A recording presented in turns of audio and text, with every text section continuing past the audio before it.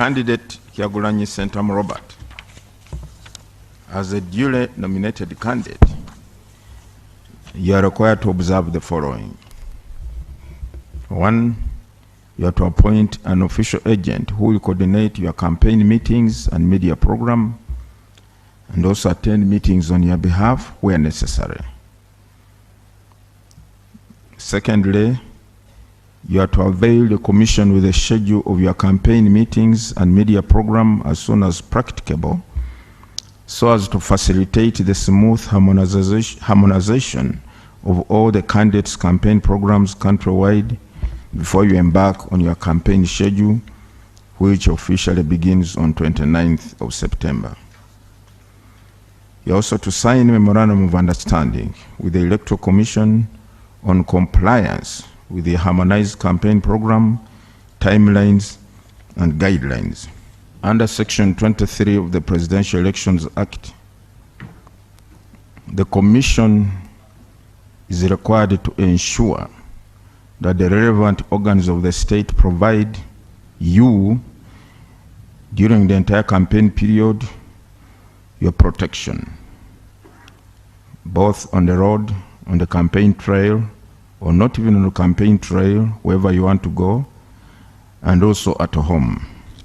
To that extent, therefore, we are going to hand over to you a security vehicle together with the security personnel who will be guarding you at all times. The vehicle is at our cost. The fuel, the driver, the guards protecting you are all at our cost, even maintenance of the vehicle. Thereafter, we have a media tent. You may want to address the media and talk to the people of Uganda. Please,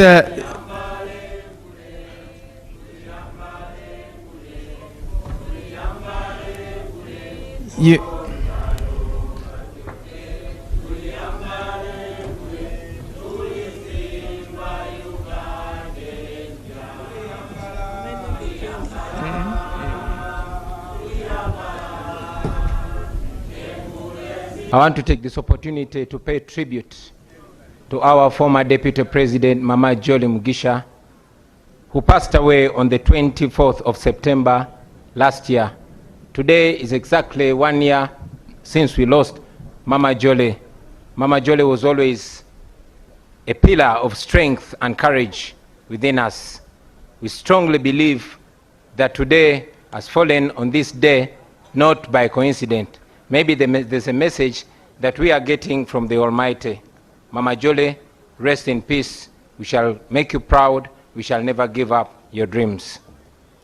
Fellow Ugandans, ladies and gentlemen, comrades in the struggle, I am deeply humbled and profoundly honored to accept your nomination to be the next president of the Republic of Uganda for the year 2026 to 2031, not 1926 to 1931. I thank you very much for the trust that you've continued to place in me ever since I offered myself for the first time for the presidential office in 2021.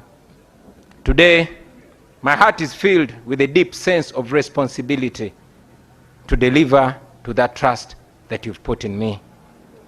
Together, we have been everywhere preaching the message of a new Uganda. And today, with this nomination, we start on the final phase of our mission to freedom and true independence. Since our nation was born in 1962, every change of leadership has been written in blood, the blood and sacrifice of the common people of Uganda, the citizens of Uganda, and yet the leaders who always promised liberation have always delivered oppression. For 40 long years, one man and a small group of his relatives and friends have ruled our country on gunpoint. They have looted our nation and turned every institution of government into a tool of oppression. They have reduced the citizens of Uganda into slaves on their own land. They have reduced all of us into beggars, and they've turned our poverty into a tool of control. And yet, our country is not poor. Our country is rich.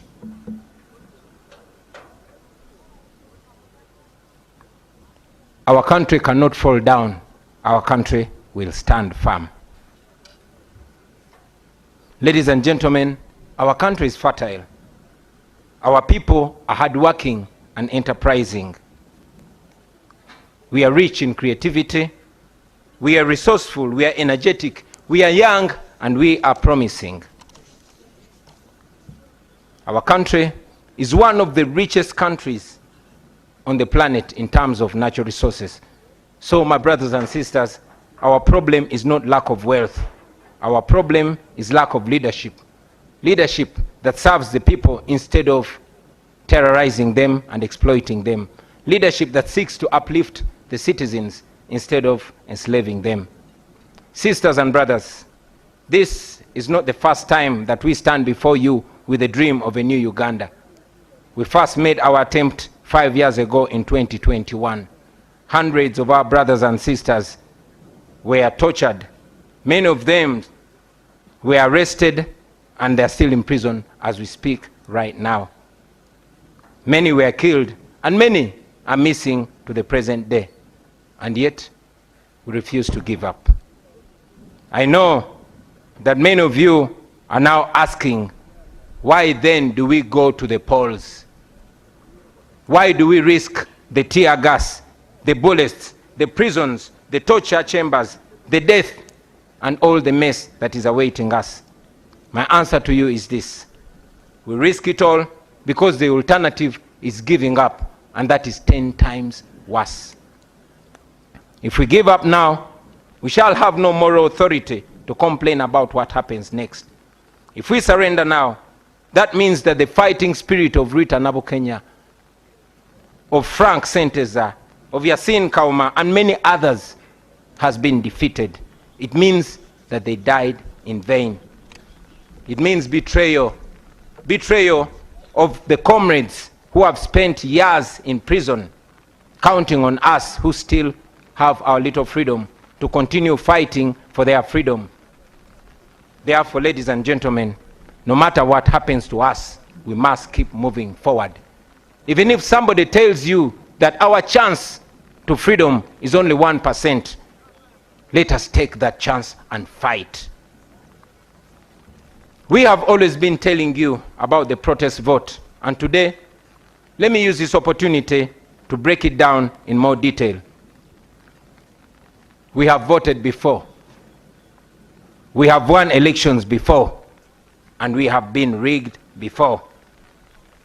But the election this time is no usual election, brothers and sisters. We are going into this election as a way of protesting against the injustice that has been occasioned to us for the last 40 years. We are protesting, and the protest begins now. We must use this election season to rally the people of Uganda, to express their anger and to express their hope at the ballot box.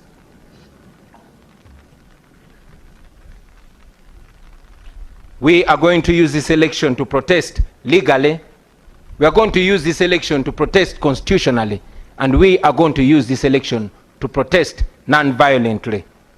We must mobilize the people of Uganda to come out and vote in very, very large numbers. Numbers too big to rig. We must lay different strategies and make different plans to ensure that we, the people of Uganda, get our freedom in this season. Now, to our brothers and sisters in the diaspora, you, brothers and sisters, the Ugandans in the diaspora, you send so much money. You send more than $2 billion back to Uganda every year. In real sense, you are the biggest investors in Uganda. We know that many of you even fear to come back home because you know what happens to those that return home. Many of you don't risk the brutality.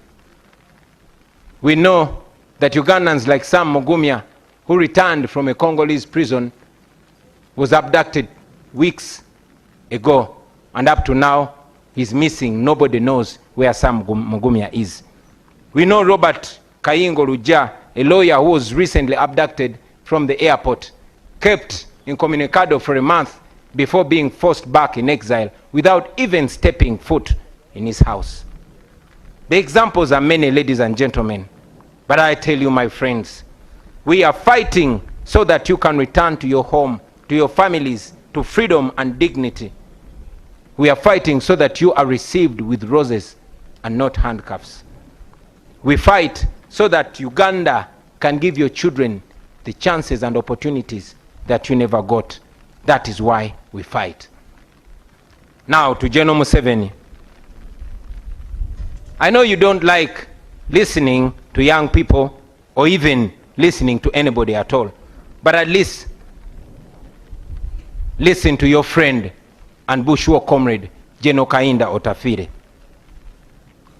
I want you to remember that Uganda was here before you, and Uganda will be here long after you are gone. You don't have to burn it down on your way out. The best guarantee for your legacy, for your security, and for what you and your people have earned in the last 40 years is to allow a peaceful, orderly, and democratic transition of power. That opportunity is available because we are not vengeful people. We still believe in peace. We still believe in justice. And yes, we believe in reconciliation. All we want is a free and fair election. No military violence, no police brutality. That is not too much to ask for. Let this election not be a military operation. Let this be a democratic election. That should not be too much to ask for. You are aware that for the last 5 years, your regime has done everything to break our spirits.